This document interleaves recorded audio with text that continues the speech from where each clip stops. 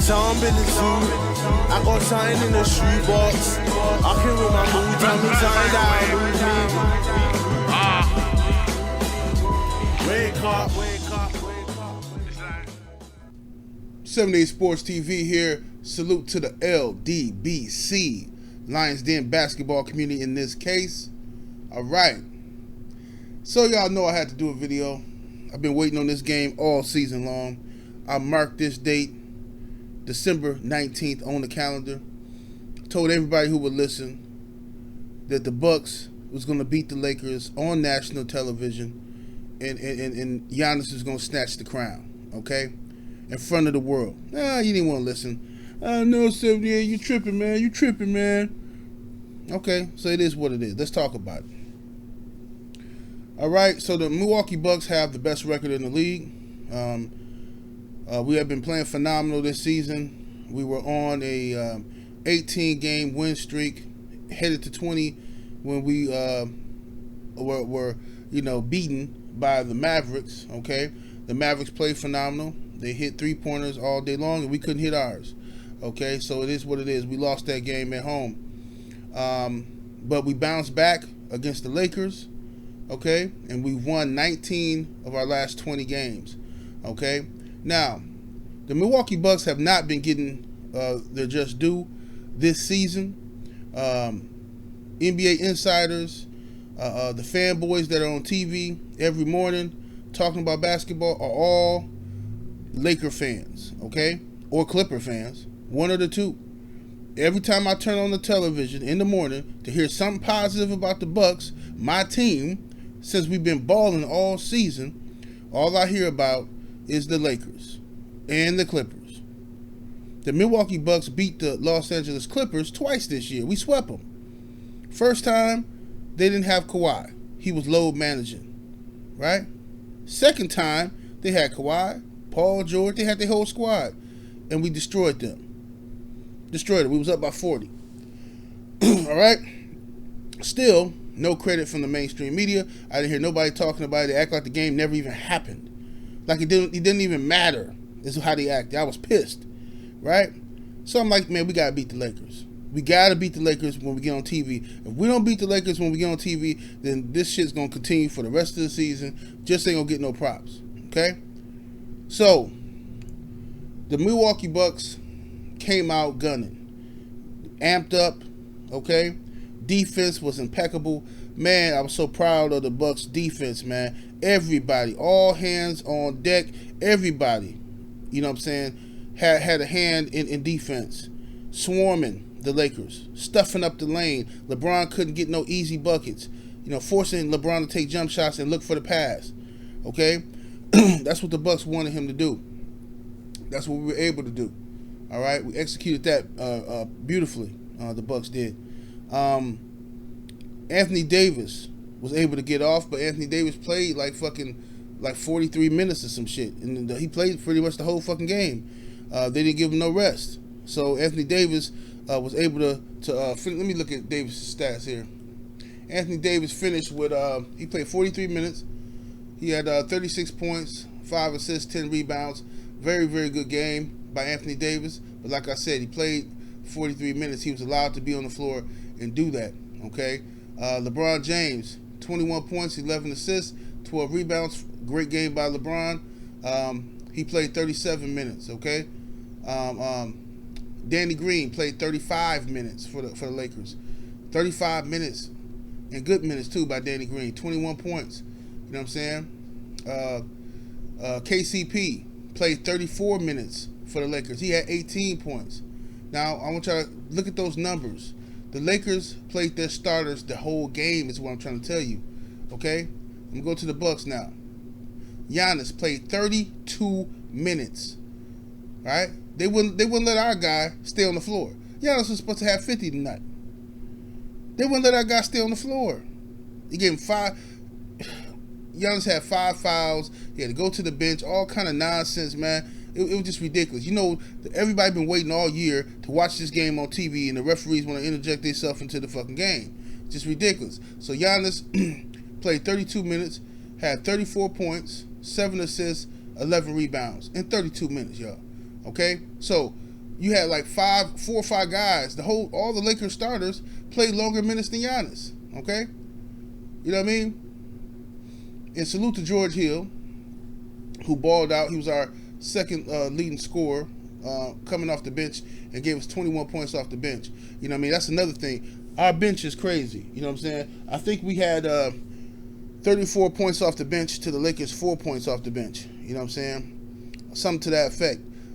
You know, so we definitely balled out. The Lakers, I've been telling people all year, look, they got LeBron and AD, of course they good. You know what I'm saying?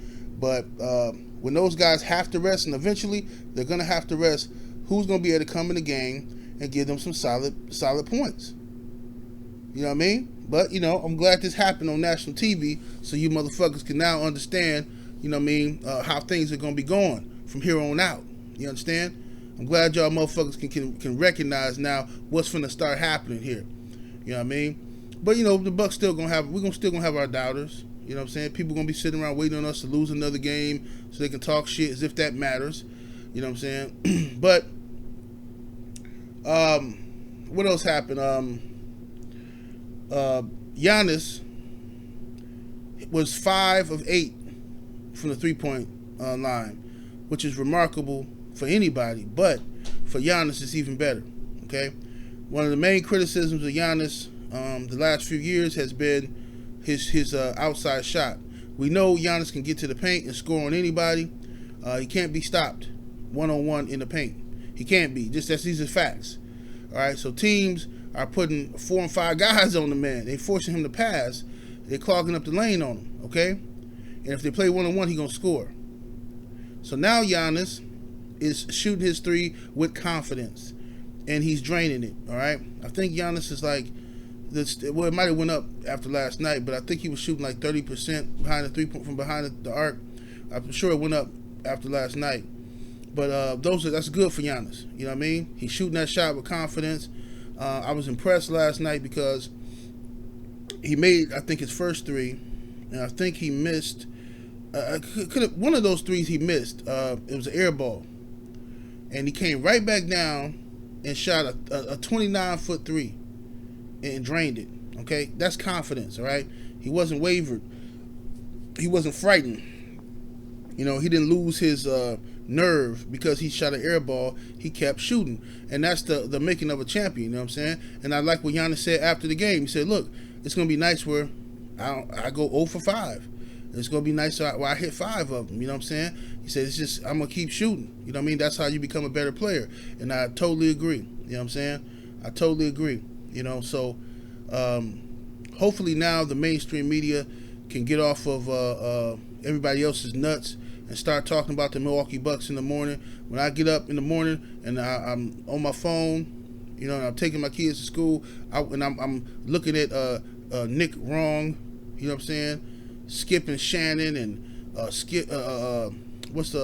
Stephen A. Smith hating ass. You know, when I come on there and I'm listening to these, I want to hear something positive about my team. All I ever hear is doubt. Oh, well, you know, the Bucks here, they have a good record, but I don't know. I still think the Clippers are gonna. Like, wait, the Bucks just swept the Clippers though. Yeah, but I mean, it's just a regular season. What the fuck? All right, so what are we here for then? If the regular season don't matter for nothing, what are we here for? Why are y'all sucking on the Lakers nuts every time they do something good in the regular season? But when the Bucks do something good, it's oh, well, the Bucks have to prove that they can win a ring. As far as I'm concerned, as far as I know, Anthony Davis ain't never done shit. He ain't never got no fucking ring. He playing with LeBron, cool. But this Lakers team, as constructed, has not won a fucking chip. But the media wants them to win a chip, and that's cool. All I'm saying is, I'm not saying hate on the Lakers. What I'm saying is, bow down and respect it. There's a new sheriff in town. You see Giannis put the crown on his head last night. You know what I'm saying? He took that crown, he put it on his head last night. See, the boy listen, man, the boy ready. He ready. You know what I'm saying? And like I said, what I expect from my team is to go to the finals. That's what I expect. You know what I'm saying? I expect the Milwaukee Bucks to go to the NBA Finals this year. And I'm going to tell you something. I don't give a damn if we playing the Lakers or the Clippers. I don't care. Okay? I'll leave that up to y'all. Y'all can argue over that. All I know is I expect my team to be in the fucking finals. Stephen A. Smith goofy ass sitting up here talking about some, oh, well, the Bucks are good, but I still believe that, the 76ers are the team to watch out for, the team to beat. And based off of what? And then Stephen A. Smith, he's such a hypocrite. He'll say shit like the 76ers are the team that he believes is going to come out of the East, right? But when you ask him why, he'll say, well, the Bucks, they still haven't proven themselves. They haven't done nothing. Please explain to me what the fuck the 76ers have done. Okay? You got Joel Embiid, you got Ben Simmons, that every year everybody keeps sweating. They keep sweating these dudes. What championship have they won? What finals appearances have they been in? What the fuck are you dudes talking about? Stop hating, man. And that's what these dudes is doing. They're hating. Hating on the Milwaukee Bucks. And, I told y'all last year about Chris Middleton, okay? Chris Middleton, who's supposed to be the second best player on the Bucks. Listen, man. Look, I gotta put my phone on silent, man. Chris Middleton, who's supposed to be the second best player on the Milwaukee Bucks. He was a first-time All-Star last year with like 18 points a game, stuff like that. You know what I'm saying? At the end of the day, last year I felt that Malcolm Brogdon was our second best player. Chris Middleton's an excellent shooter, but he wasn't the second best player on the Bucks, in my opinion. It was Malcolm Brogdon. We lost Malcolm Brogdon, all right, in free agency. Okay, he's with the Indiana Pacers now. Okay, this year, Chris Middleton is making like $34 million a year. Okay, Middleton is got paid, right? He signed his contract. He re-upped up with the Bucks. He got paid. I expect a lot from Chris Middleton. All right, I expect Chris Middleton in these he needs to be averaging, first of all, at least 20 points a game. But in these big games, we're going to need Chris Middleton to at least give us 24, 25 points. That's not asking too much, okay? 24, 25 points, man. Can we do that? But Chris Middleton does not shoot the ball enough. The dude pump fake forever. He dribbled too much. I don't know who the fuck he think he is. You're not James Harden, man, okay? But Chris Middleton needs to shoot the fucking ball. He's an excellent shooter. He needs to fucking shoot. But he'll get behind the three-point line, pump fake, looking for somebody to pass it to. Like, what are you doing, man? Just shoot the ball, dude. You get paid to shoot. But regardless, man. So, I got my issues with Chris Middleton. You know what I'm saying? The dude he's annoying to me. The shit he be doing, all right? Now, George Hill has been balling for us. George Hill has been phenomenal. He's been a great addition to the Milwaukee Bucks. You know what I'm saying? Last year and this year. Okay? He gave us 21 points last night off the bench, which is great. You know what I'm saying? George Hill is leading the NBA in three-point field goal percentage. Okay? He's money from behind the three-point line this year. You know what I mean? And hopefully that continues. And he hits these buckets when we need him to. In the playoffs, and that's what I'm looking forward to. You know what I'm saying? Wesley Matthews, I was unsure about him coming into this season, but Wesley Matthews has been great for us as well. He's been very solid. He plays good defense. He takes pride in playing defense. He's a team player, and he's getting us solid numbers. Last night he gave us 13 points. I can live with that. You know what I'm saying? I can live with that. Brook Lopez this year has played well, except for Brook Lopez is playing great defense. He's one of the top shot blockers in the league.